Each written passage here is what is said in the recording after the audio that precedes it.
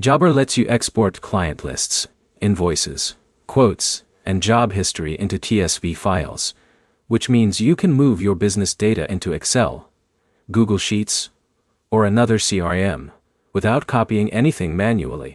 By the end of this, you'll know exactly where to find the export tools in Jobber, what data you can pull, and what to check before exporting. The fastest way to export data in Jobber starts in the desktop dashboard. Log into Jobber on your browser. Most export options are easier to find there than on mobile.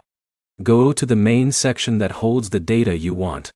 If you need customer info, click Clients. If you need invoices, click Invoices. If you need job history, open Jobs. That matters because Jobber exports each category separately. There's no one-click Export Everything button. Here's the actual process. Inside the section, look for the Filter button first. Set your date range, job status, or invoice status before exporting. That keeps your TSV clean. If you export everything and sort later, you waste time. After filtering, click the More Actions menu. In most cases, you'll see Export TSV DITE. Click it, and Jobber downloads the file automatically. Open that file Excel or Google Sheets. This is where people mess up. They export raw data without checking formatting. Dates, phone numbers, and currency fields can shift depending on spreadsheet settings. Check those before sending the file to an accountant, bookkeeper, or new software. If you need financial records, use reports instead. Go to Reports.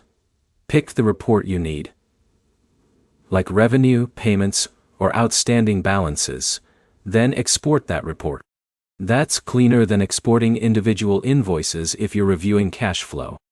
If you're switching software, export these four first: clients, jobs, invoices, and quotes.